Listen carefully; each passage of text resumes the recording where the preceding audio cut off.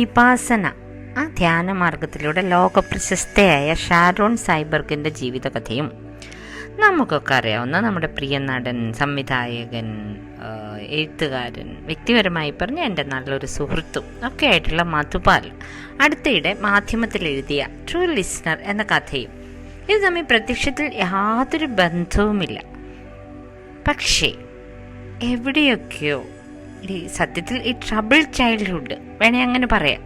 ആ ടോപ്പിക്ക് ഈ true listener എന്ന കഥയുടെ ആത്മാവൊന്നുമല്ല. അത് പശ്ചാത്തലത്തിൽ അതും വിരിയുന്നുണ്ട് എന്ന് മാത്രം.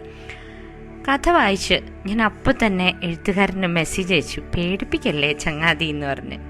പേടിച്ചോ? അതെങ്ങനെയെന്ന് മറുപടി, നിങ്ങൾ എഴുതൂ എന്ന് പറഞ്ഞു. കുറേ ദിവസമായി എനിക്ക് അതേക്കുറിച്ച് തന്നെ ഞാൻ ചിന്തിക്കുന്നത്. നിങ്ങൾ കഥ വായിച്ചോ എന്ന് എനിക്കറിയില്ല. നിങ്ങൾ വായിക്കണം, നല്ല കഥയാണ്. അപ്പോൾ നിങ്ങൾക്ക് വായിക്കാൻ കുറച്ച് ഇടകൾ മാറ്റി നിർത്തി ഞാൻ എൻ്റെ വായനാനുഭവം പറയാം. അത് എൻ്റെ കുറേ വ്യക്തിപരമായ ഈ സമയവും കൂടെ വെച്ച് പറഞ്ഞാലേ അത് പറയാൻ പറ്റുള്ളൂ. പൊതുവെ ഈ ഡിസംബറിൻ്റെ ഈ തണുപ്പും മഞ്ഞും ഒക്കെ ഉള്ള ഈ സമയവും ഒക്കെ കൂടെ ആകുമ്പോൾ കുറച്ച് മരണപ്പേടിയൊക്കെ ഉള്ള സമയമാണ് എനിക്ക്. അഥവാ മറ്റു ചില കാരണങ്ങളാൽ തൊട്ടടുത്ത വാതിലിനപ്പുറേ മരണം എന്ന ഇരുമ്പുമറ ആയിരിക്കുമോ എന്ന് കുറച്ച് പേടിച്ചൊക്കെ ഇരിക്കുന്ന സമയത്താണ് ചങ്ങാതിയുടെ ഈ ട്രൂ ലിസണർ എന്നെ തേടി വരുന്നത്. അപ്പോൾ ആ ദിവസങ്ങളിൽ വായിച്ച കഥ എന്നും കൂടെ വരുമ്പോഴത്തേക്കാണ് ഈ കഥയ്ക്ക് മറ്റൊരു തലം തരുന്നത്. ഇനി ഞാൻ ഈ കഥയുടെ തുടക്കത്തിൽ നിന്ന് കുറച്ച് വരികൾ വായിക്കാം. അതിങ്ങനെയാണ്: മരിക്കുന്നതിന് മുൻപേ മനുഷ്യർ ഈശ്വരനാമം ജപിക്കുന്നു, അത് മാത്രമാവും മനസ്സിലുണ്ടാവുക എന്ന് പറയാനാവുമോ? അല്ലെങ്കിലും ജീവൻ വേർപെടുന്ന നിമിഷത്തിൽ ആ മനുഷ്യൻ എന്താവും ചിന്തിക്കുക?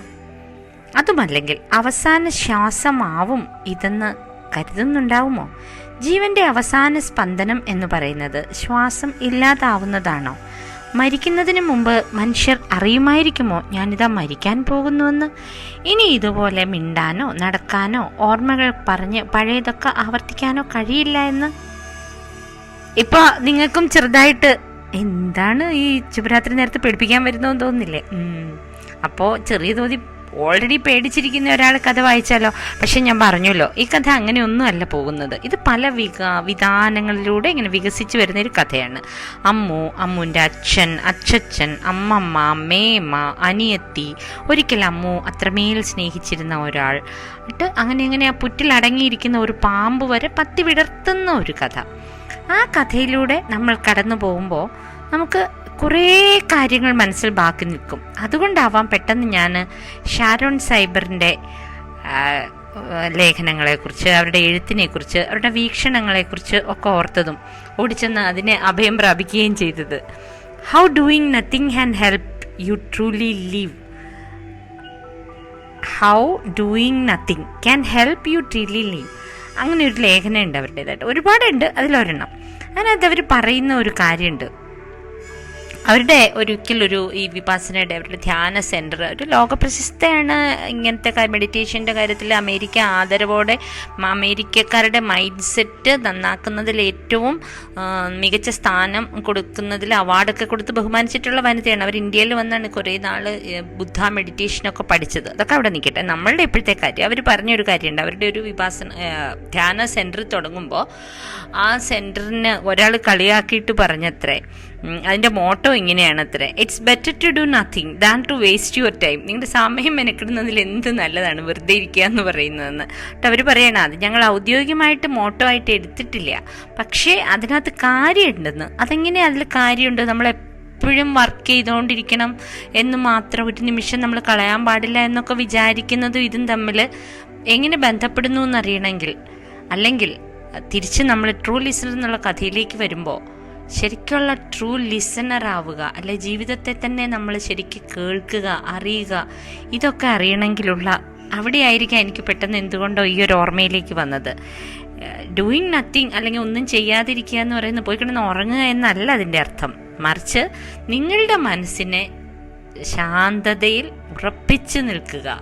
നിങ്ങൾ അതിഭീകരമായ പ്രതികരണത്തിന് അങ്ങോട്ടോ അല്ലെങ്കിൽ ചുറ്റുമുള്ള വസ്തുതകൾ നമ്മുടെ ജീവിതത്തിൽ അതിഭീകരമായ ഉലച്ചിലുകൾ ഇങ്ങോട്ട് തട്ടിക്കാനോ അനുവദിക്കാതെ ശാന്തമായി നമ്മുടെ ജീവിതം നയിക്കുക എന്നതാണ് അതുകൊണ്ട് അവരുദ്ദേശിക്കുന്നത്. അതായത് unplugging from the compulsion to always keep our selves busy, the habit of shielding our self from certain feelings, the tension of trying to manipulate our experience before we even fully acknowledge what that experience is. Correct അല്ലേ? ഒന്നും കൂടെ ഞാൻ വായിക്കട്ടെ. അതായത് നമ്മളെപ്പോഴും എന്തിൻ്റെയൊക്കെയോ, ഇപ്പം ഞാൻ പറഞ്ഞില്ലേ ചെറിയൊരു മരണപ്പേടി, എന്തിനാണ് പേടിച്ചിട്ട് കാര്യം കേട്ടോ, മരിക്കാനാണെങ്കിൽ മരിക്കും, പക്ഷെ പേടിച്ചുകൊണ്ടിരിക്കുക. ഇതുപോലെയാണ് ഓരോ കാര്യങ്ങളും. ഇപ്പോൾ ഒരാൾ വരിക എന്ന് നമ്മളോട് പറയാം, ഞാൻ അങ്ങോട്ട് വരുന്നേ, നമ്മൾ വെറുതെ അങ്ങ് പേടിക്കുകയാണ്. ഇയാൾ എന്തിനാണോ വരുന്നത്, അയാൾ അങ്ങനെ ചോദിക്കാനായിരിക്കോ, മറ്റേത് ചോദിക്കാനായിരിക്കോ, ചിലപ്പം ആ പഴയ കാര്യം, അല്ലെങ്കിൽ ഇയാൾ ഇയാളിതിനൊന്നും ആയിരിക്കില്ല വരുന്നത്, വെറുതെ നമ്മൾ ആൻറ്റിസിപ്പേറ്റ് ചെയ്യുകയാണ്. അപ്പം നമ്മുടെ ഫീലിങ്സിനെ നമ്മൾ വെറുതെ ആവശ്യമില്ലാതെ ഓവർ വർക്ക് ചെയ്യിക്കുകയാണ്. അല്ലെങ്കിൽ നമുക്കൊരനുഭവം ഉണ്ടാവുകയാണ്, അത് ഉണ്ടാവുന്നതിന് മുമ്പ് എടുത്ത് ചാടി റിയാക്ട് ചെയ്യുക, അതിനെ നമ്മൾ നമ്മുടെ മനസ്സിൽ രേഖപ്പെടുത്തുക. ഇങ്ങനെയൊന്നും രേഖപ്പെടുത്താതെ നമ്മളെ തന്നെ ശാന്തതയുടെ ഒരു തീരത്തേക്ക് എത്തിക്കുക എന്നതാണ് ഷാരോൺ നമ്മളിലേക്ക് പകർന്നു തരുന്ന തിയറിയുടെ ഒരു ചെറിയ ചെറിയ ചെറിയ കണികയായി പറയാൻ പറ്റുമെങ്കിൽ. അതെങ്ങനെയൊന്നും പറയാൻ പറ്റില്ല. ഷാരോണിനെ വായിക്കുന്നവർ അറിയാവുന്നവർ ഉറപ്പാണ് ഇന്ന് എനിക്കിട്ട് ചീത്ത പറയും, ഇതാണോ ഷാരോൺ സൈബർഗ്? അങ്ങനെയല്ല, ഇങ്ങനെയും കുരുടന്മാർ ആനയെ കണ്ടതുപോലെ ഞാൻ പറഞ്ഞു എന്നേ ഉള്ളൂ. ഇനി നമുക്ക് മധുബാലൻ്റെ കഥയിലേക്ക് വരാം. ഈ കഥ നമ്മൾ ഒരാവർത്തി വായിക്കുമ്പോൾ ആ കഥയാവും, ഇതെന്താ ആ കഥയിൽ നല്ലോണം പോകും. പക്ഷെ കഥ പിന്നീട് നമ്മളെ പിന്തുടരുമ്പോൾ നമ്മൾ ഇതുപോലെ ഒരു ശാന്തിയുടെ തലം എന്തുകൊണ്ടാണ് ജീവിതത്തിൽ കണ്ടുപിടിക്കേണ്ടത്? ഈ അനുഭവങ്ങളോ ഇങ്ങനെ ആയിരിക്കില്ല നമ്മുടെ ജീവിതം, പക്ഷെ ഇതിനോട് സമാനമായ നോവിക്കുന്ന, നമ്മളെ വളരെയധികം ജീവിതത്തിൽ നിന്ന് പിന്തിരിപ്പിക്കുന്ന, അല്ലെങ്കിൽ തിരിച്ച് അതിലേക്ക് മടങ്ങി ചെല്ലുമ്പോൾ ഉണ്ടാകുന്ന മായികത, ഭ്രമകൽപ്പന, ഇതൊക്കെ നമുക്കും എപ്പോഴെങ്കിലും അനുഭവിക്കുന്നുണ്ടാവാം. അതിൽ നിന്നൊക്കെ എങ്ങനെയാണ് മുന്നോട്ട് പോവുക എന്ന ചിന്തയാണ് എൻ്റെ മനസ്സിലിത് ബാക്കി നിർത്തുന്നത്.